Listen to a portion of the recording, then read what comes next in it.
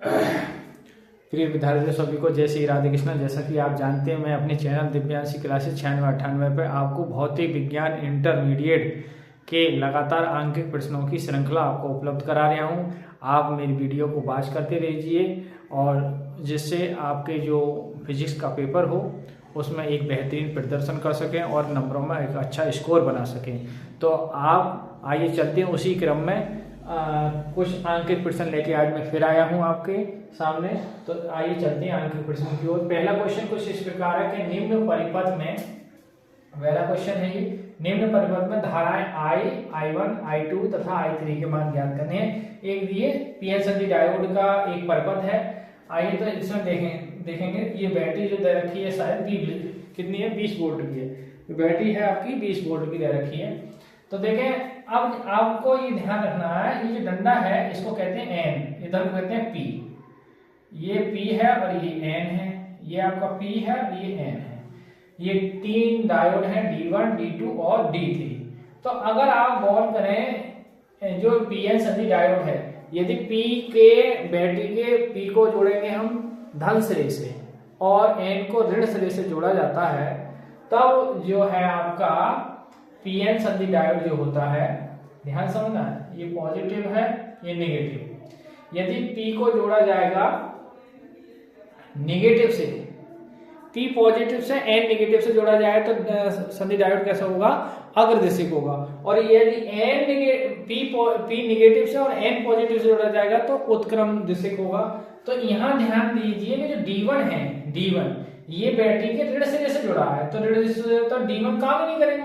तो यहाँ आप लिखोगे, आइए इसका हल देखते हैं। जो डायोड D1 है, डायोड D1 वो उत्क्रम दिशिक होगा, उत्क्रम दिशिक होगा। और उत्क्रम दिशिक होगा तो इसमें कोई धारा, इसमें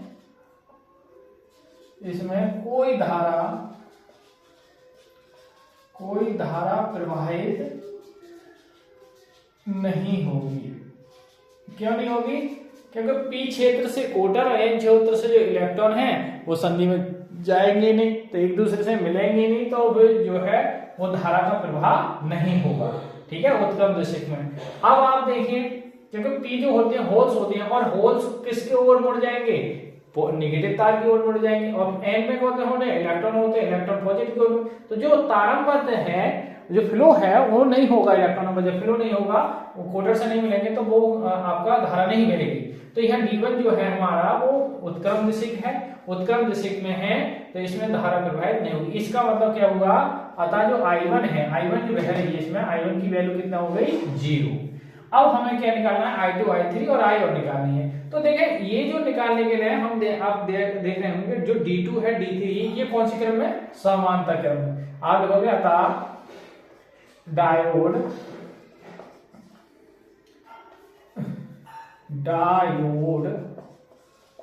D2 तथा D3 समांतर क्रम में है, समांतर क्रम में। और समांतर क्रम में प्रतिरोध क्या जुड़ेगा, देखिए इनको दोनों को डायरेक्ट अगर दो के लिए हैं 50 ओम, 50 गुणा 150, ऊपर गुणा नीचे जोड़, 50 प्लस 150, तो ऊपर हो जाएंगे 15 × 75, 2 0 और नीचे हो जाएंगे 200। तो 2 0 से 2 0 ये कट जाएंगे, तो क्या बचेगा 75/2 ओम। अच्छा, अब ये जो है इन दोनों के साथ, ये 100 ओम के साथ, इसमें तो होगी नहीं धारा, तो ये 100 ओम के साथ कौन से क्रम में पड़ेगा, श्रेणी क्रम में। आप लिखोगे 75/2, ये आपका ए पार्ट डाल दो, इसको बी पार्ट डाल दो, ये इसका सी पार्ट। 75 और 100 ओम के प्रतिरोध कौन से क्रम में होंगे, श्रेणी क्रम में। और श्रेणी क्रम में होंगे तब तुल्य प्रतिरोध जो होगा आपका, फाइनल रिजल्ट जो तुल्य प्रतिरोध का आएगा, R बराबर 100 प्लस 75/2। एलसीएम डालेंगे तो कितना हो जाएगा, 200 प्लस 75/2, यानी 275/2 ओम। आर आगे बैटरी क्या वोल्ट की आप देख रहे हैं, 20 वोल्ट की बैटरी है। तो 20 वोल्ट की बैटरी है, वो क्या होगा, आई बराबर क्या होता है, V/R।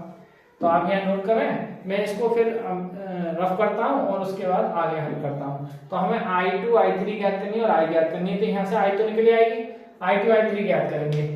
तो आइए मैं आप इसको नोट कर लें, देख लें, उसके बाद मैं रब करता हूं।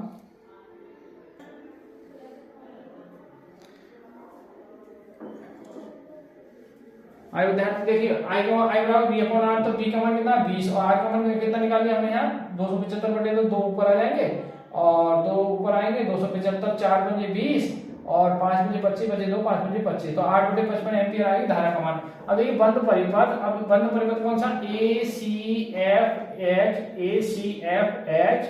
ए से और किरचॉफ के नियम से, किरचॉफ के नियम से, किरचॉफ का संधि का जो नियम है क्या है, देखो ध्यान से, ACF इसके अकॉर्डिंग चलना है हम, तो ये आएगा आपको 50I2 और प्लस 100I1 और बैटरी रास्ते में कितनी आ रही 20 वोल्ट की, तो यहां से देखिए 50I2 100 और I1 की जो वैल्यू निकाल चुके हैं हम कितनी 8/55 बराबर 20। अब देखिए काटिए 20 पंजे 100 11 पंजे 55, तो 50I2 और 20 अट्ठे 160 बटे 11 बराबर 20। अब ये इधर ले जाएंगे तो 50I2 20 माइनस 160 बटे 11, 11 दूनी 22, 220 माइनस 160 बटे 11 और इधर 50I2, हमें तो I2 चाहिए, तो कितना है घट के देखिए 200 0 और 22 में से 16 के तक बचेंगे 6 60 बचे, तो आपको बच्चे 11 को बढ़ाओ कितने आएंगे 5 से भाग करेंगे तो कितना आएगा 12, तो 12/11 एम्पियर, यानी I2 की जो वैल्यू आ गई वो कितनी आई हमारी 12/11 एम्पियर, देख सकते हैं आप। एक मिनट देखो, ये एक मिनट ये है 50 है, ये 50 बटे में आएंगे, तो ये 0 से 0 कट जाएगा और ये कटेंगे 5 से, एक मिनट ये ऐसा समझो, ये घट के बचे 60 और बच्चे 11 गुणा मान में 50, तो एक 0 से 0 कट जाएगा, तो ये आएंगे आपके कितने आएंगे 6/11 पंजे 55, अब सही है 6/11 55 एम्पियर। हाँ आगे देखेंगे, अब हमें क्या चाहिए, देखो I2 निकले आई, I निकले आई, I1 निकले आई, क्या रहेगा I3, तो अब बंद परिपथ कौन सा लेंगे आप इसे नोट कर ले, तो मैं आगे इसे रफ करके दोबारा समझाता हूँ। I3 निकालेंगे तो बंद परिपथ कौन लेंगे CDEF, ये वाला लेंगे, ध्यान से समझेगा। आइए देखिए बंद परिपथ CDEF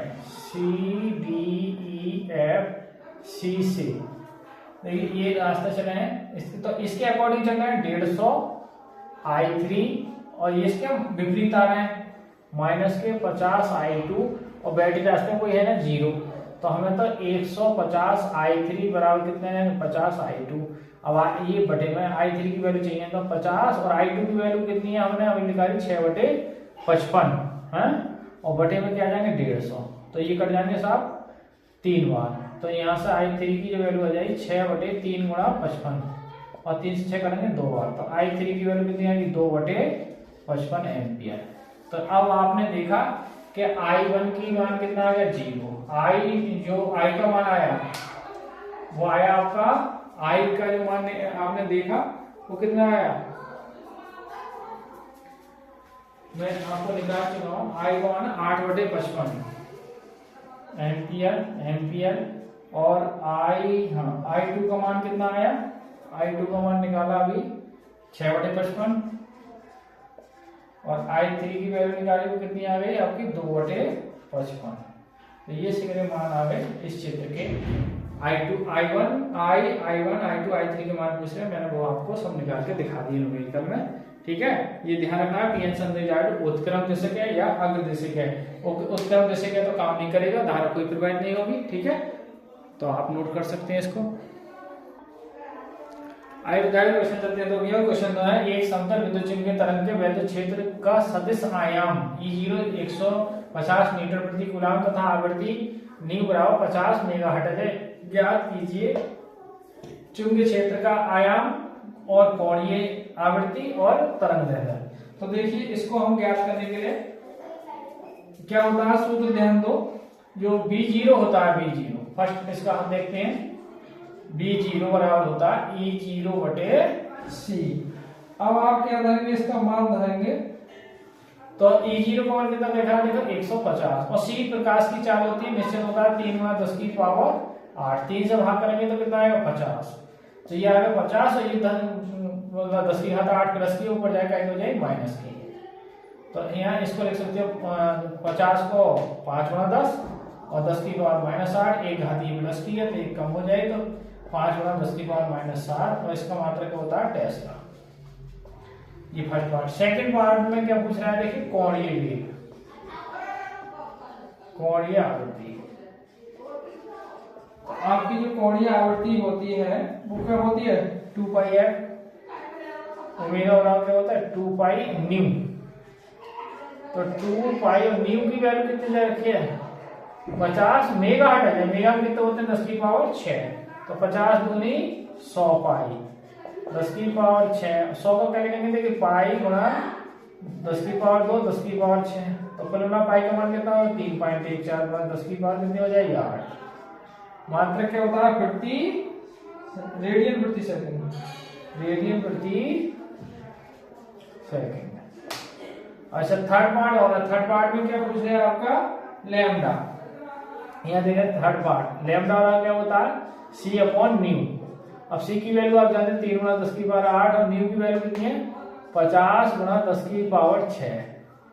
अब देखिए हम क्या करेंगे, ऊपर भी घात 6 करो तो 300 कर सकते हैं, घात हो जाएगी 6 और बटे 50 × 10 की पावर 6, 6 से 6 कट जाएगी और 50 छक्का 300, तो तरंग दैर्घ्य कितनी आएगी 6 मीटर। तीनों पार्ट आपके नोट कर सकते हैं। देखो बड़ी क्वेश्चन। आइए विद्यार्थी इस क्वेश्चन को हल करते हैं। क्वेश्चन बहुत बढ़िया है, एलसीआर परपथ का है। देखिए ये एल है, ये सी है, ये आर है। एलसीआर परपथ का ये क्वेश्चन न्यूमेरिकल जो है वो निश्चित आएगा। तो आइए इस क्वेश्चन को हल करते हैं। तो देखिए जो एल दे रखा है, एल को क्या कहते हैं स्वप्रेरक, स्वप्रेरक कितना है, एल का मान कितना है 10 हेनरी, एच का मतलब हेनरी है। और धारिता कितनी है देखिए C बराबर 20 माइक्रोफैरड, माइक्रो में होता है 20 × 10 की पावर -6 फैरड। और R का जो प्रतिरोध है R बराबर कितना है 500 ओम। अच्छा जो आपकी समीकरण है प्रत्यावर्ती वो है 200 sin 100t, तो इसकी तुलना कर सकते हैं B बराबर B0 sin ω/t से। तुलना करने पर जब तुलना करोगे तो देखिए B0 जो वोल्टेज का शिखर मान है वो 200 वोल्ट है और ओमेगा का जो मान है वो 100 रेडियन प्रति सेकंड है। अब आपको प्रेरण फर्स्ट पार्ट में क्या चाहिए, प्रेरण प्रतिघात। तो प्रेरण प्रतिघात का क्या होता है सूत्र, XL बराबर ω/t। तो XL बराबर ओमेगा मान 100 है, L का मान 10 है, गुणा करेंगे तो 1000 ओम। सेकंड पार्ट में पूछ रहा है धारती प्रतिघात निकालेंगे पहले। तो धारती प्रतिघात होता है XC बराबर 1/ω/c। ओमेगा का मान 100 है और C का मान है देखिए 2 × 10 की पावर -6।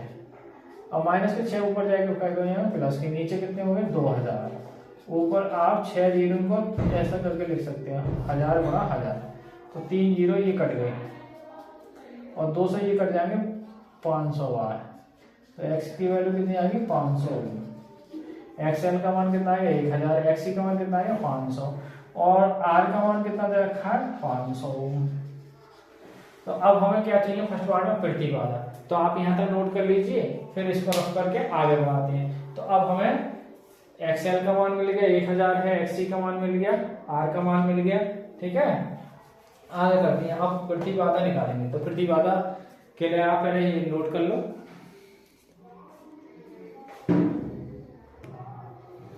आइए तो प्रेरण प्रतिघात 1000 ओम है, धारती प्रतिघात 500 ओम है, प्रतिरोध 500 ओम है। तो अब हमें चाहिए फर्स्ट पार्ट में क्या पूछ रहा था हमारी प्रतिबाधा। तो प्रतिबाधा Z² बराबर क्या होता है, सूत्र होता है XL माइनस XC का होल स्क्वायर प्लस R²। तो XL कितना है 1000 माइनस XC 500 का स्क्वायर और ये R का मान कितना है 500 का स्क्वायर। देखिए घट के कितने बचेंगे 500 का स्क्वायर और ये भी 500 का स्क्वायर, ये जेड स्क्वायर। जेड में से अगर वर्ग हटाते हो तो जेड स्क्वायर चल जाएगा, वर्ग हटाते रूट में जाएगा। अब देखिए ये इस पर लिख सकते हो आप 2 गुणा 500 का वर्ग, भाई 500 के बार 2 बार।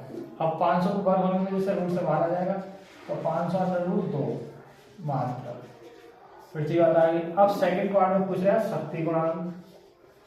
तो शक्ति गुणांक क्या होता है, शक्ति गुणांक होता है cos फाई बराबर r बटे जेड। आर का मान कितना है भाई 500, जेड का मान हमने कितना निकाला 500 रूट 2, ये देख सकते हैं आप।